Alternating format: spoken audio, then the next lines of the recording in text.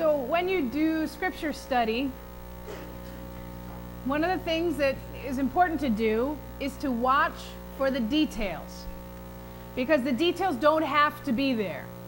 And so if they're there, there's an important reason why. Now, figuring out the reason why isn't always easy to do, but let's look at our passage. On a quick read, we see that Jesus was going back and forth, one side to another with his boat. Maybe that means something to us, maybe it doesn't. It would mean something to his readers, because on one side of that water were Jews, and on the other side of that water were Gentiles. Two groups of people that don't really do much together. And Jesus is going from one to the other and teaching and healing on both sides. Interesting detail. They could have just said he was in the boat, but it's clear he was going back and forth. And then as the passage continues, it does something else interesting that doesn't happen a whole lot in the scriptures. It talks about a female person. How about that? And not just one female person, but two. Interesting detail. How many years had this one female person been hemorrhaging? 12. And other interesting detail, how old was this little girl who was just healed? 12. Interesting detail. There's no reason for these details to have to be here, so they're an important part of the story that they are. What happens in the average 12-year-old girl's body? Okay, right? Sexual puberty, menstruation, a flow of blood. And what has happened to this woman for the last 12 years uncontrollably? A flow of blood. And we know that in Jewish cleanliness, holiness laws, a woman who's menstruating is unclean and must be kept apart from society, essentially.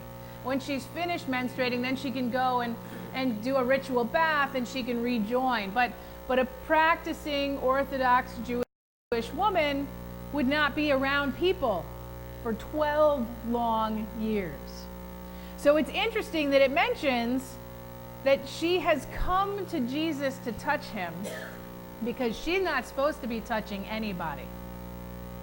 This woman is either at her wit's end or darn feisty.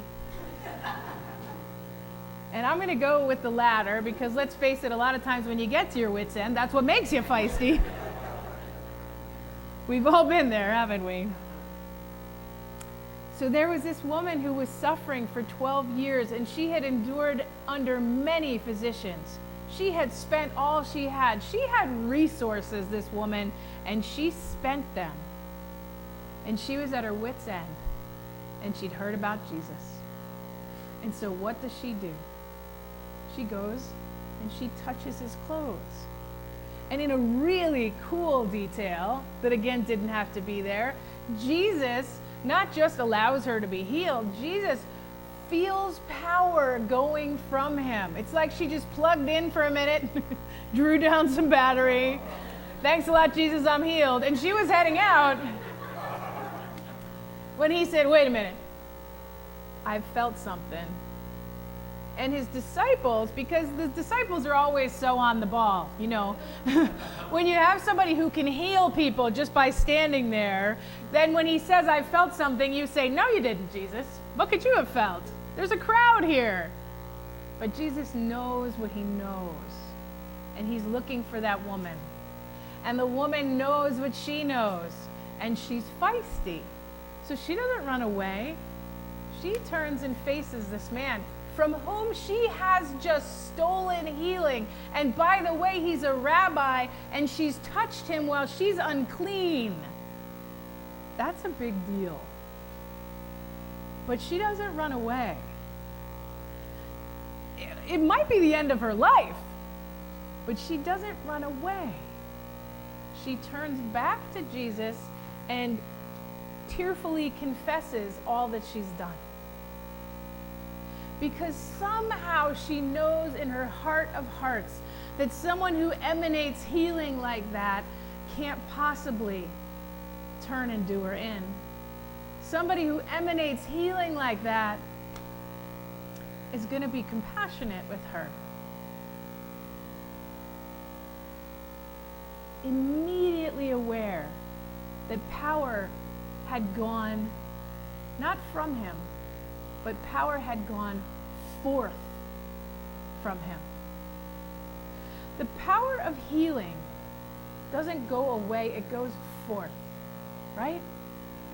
Jesus' energy, that healing mojo that he seems to have, doesn't just fall into the ground and disappear, it goes forth. And when people are healed, even if it's stolen healing, that healing continues to flow. It's not wasted. We see this in the story. One woman who should have been, well, she was ritually dead, and then she should have been all the way dead because she didn't accept being ritually dead. She decided she wanted to live. And so she stole healing. Is up against another young woman who didn't ever get the chance to be healed. She just died at the same point in her life, that point of coming into womanhood.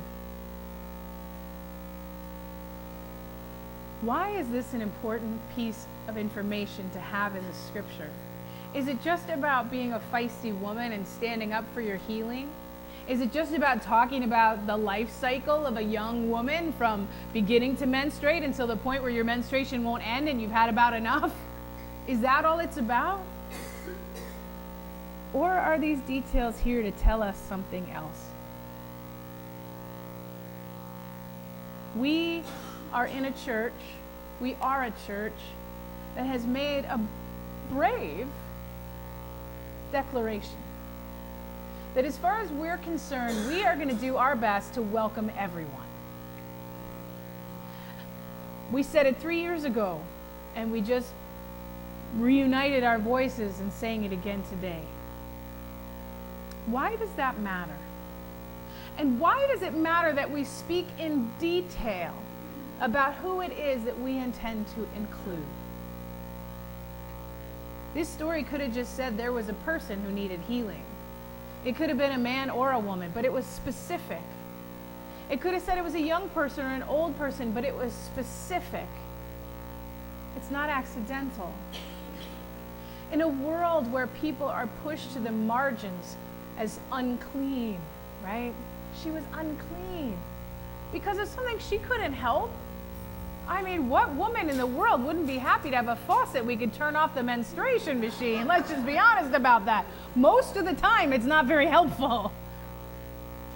She had no choice. The little girl had no choice, but they were unclean. How many people in the world, in those days and in our days, feel that way, are treated that way? I don't think there's probably a person in this room who hasn't been, at some point or another, made to feel other, unwanted. It could have been your kid brother when you were a kid that made you feel unwanted. It could be the dog choosing your spouse instead of you. It could be something innocuous, or it could be a big deal. You just found out that you make a whole heck of a lot less than the person of the other gender who works in the next office and was hired 2 years after than you, and it feels pretty bad. Or well, you're not safe walking down the street holding your honey's hand because you don't know who might see you. Or you're not safe wearing the skin you're in certain neighborhoods because you don't know how people will see you. Or you're not safe crossing a border, a boundary in the world, because you don't speak the right language or you don't have the right papers and someone might see you. The scriptures lift up the detail of the people that were left out in those times so that we had to squeamishly look at ourselves. Instead of just saying, yeah, well, everybody knows women are ritually unclean. It's not really our problem. Jesus is saying, if my healing can come out of me, then your healing can come out of you. And healing is never wasted. It may seem like an easy thing to just turn our backs sometimes and hope somebody else does the including of that person. Hope somebody else stands up for the kid that's getting bullied. Hope somebody else doesn't just walk by. But Jesus says, no. It's important to let your healing flow. When your healing flows, it amplifies. It doesn't just flow and be done, it grows. Healing flows out from us. It flows forth into the world, and it changes things.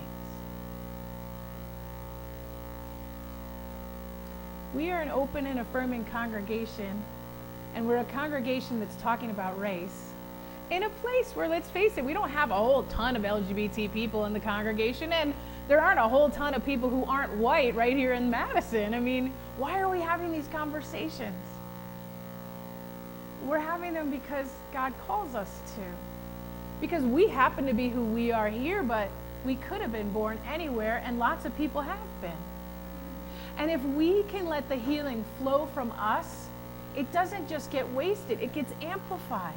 Every little bit of healing that we amplify, prayer, a letter written, a good intention sent, a rainbow flag flying somewhere, you never know the healing, the amazing healing that could flow out when you least expect it and save a life.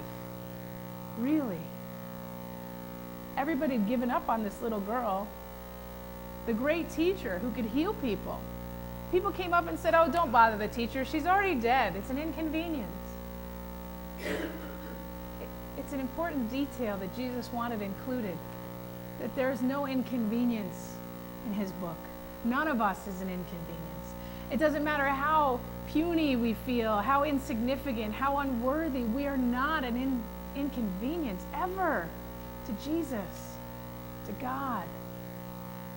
The whole point is that we are God's beloved. And we're created really different from one another. That's part of God's thing. I don't understand it. It seems like it might have been a whole lot easier if we were all just the same. But we're not. We're not. And Jesus names the details. Because for some reason it's important to God that we notice them. For some reason it's important to God that we all be different. For some reason it's important to God that we learn to love who we are. Believe we deserve healing and wholeness and inclusion. Even when we've done something crummy. Even when we feel crummy about ourselves. Even when somebody else tells us we're not worthy. And if we really believe that we deserve healing, boy, that healing just amplifies and flows through us and out us and into all the other people that need it too. We don't have to be afraid anymore. There's always more than enough healing to go around. Always. I don't know why we think there's not. Jesus says, I don't know why you make such a commotion and weep. This child is not dead. You're not dead. Maybe sleeping. But there's life yet for you. Real life, whole life, healed life. There's life yet for us. And we can share life with all kinds of people who can't imagine that they deserve it yet. But we can show them. Jesus took the little girl by her hand and he said, Talitha kum, little girl, get up. Rise up, children of God, rise up and know that Jesus wants to heal you, to let the healing flow through you and out into the world. It is not too late. There is hope. There is healing. God is with us. Thanks be to God.